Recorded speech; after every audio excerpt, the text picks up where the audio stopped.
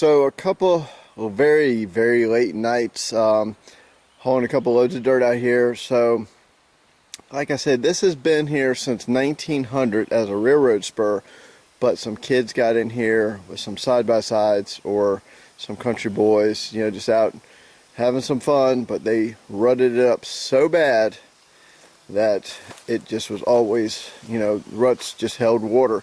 So we finally got it in here, and backing in a bunch of times we actually got stuck, had to break out the winch and the F-250. So yeah, we actually are starting to look like a road. I cleared out a little bit of brush, as you saw, and that allows some sunlight in there. This is what's left of the dirt, but I have to bring the loader out here or the Mahindra and grab the bucket, back grade, you know, this little bit right here. So it's amazing what an hour with a track hoe can do. So this was our biggest obstacle to get across. Just holding water all the time, and it was just mush. So, which is crazy because below the mush is actually very hard base from 1900 when they had the railroads here. But it had a lip in that hard base, you just couldn't get out of the mush. So it's kind of one of those weird things. So I got out here, added a little bit of this on top of that, got the mush out of there, and now we're just going to have to wait a couple of days for some good sun. Like I said, it's an oldie but goodie. Old cat did her job. It's old, needs some work, but she purrs like a kitten. So old and slow, but it does its job. I mean, that is a night and day difference. You just couldn't even get through here. Not to count, water moccasins loved it. So that part I'm glad is gone. Once I get a little bit more, I'll take the chainsaw where you saw me with the track hoe, grabbing them and breaking them. But when I come back through, I am going to take chainsaw and actually flush cut them and make them look good again. So I'm not going to leave them like that.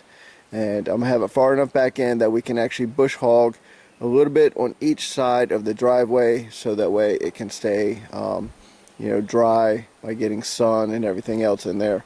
So I have a little bit more to go on this side right here. You can see the big old thorns. Those vines were ungodly. They as you can see, went all the way up. That's all thorns. So yeah, made a lot of progress. Took about an hour or two, and actually smoothed it as best I could just using the bucket. I'd rather have a an actual like loader back here or box blade, but I just used the bucket right there and went back and forth and pretty much smoothed it out as I came back through.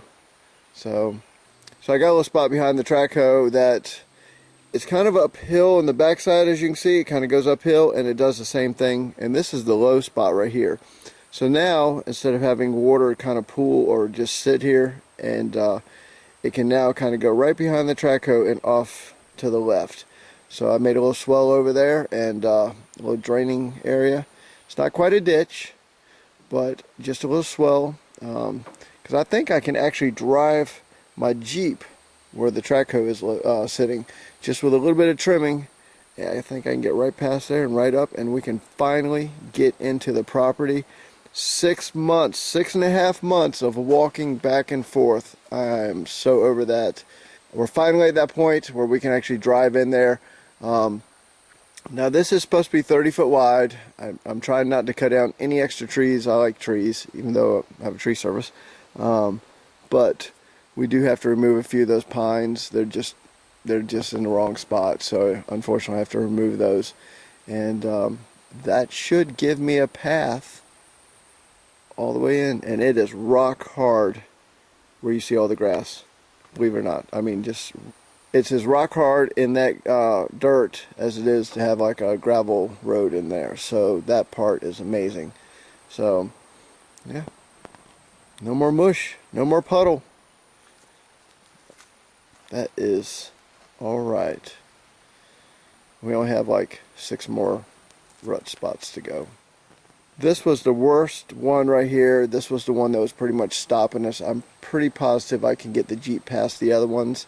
Not going to get my Super Duty in there. It's a 2-wheel drive truck, especially pulling the gooseneck. That's not happening.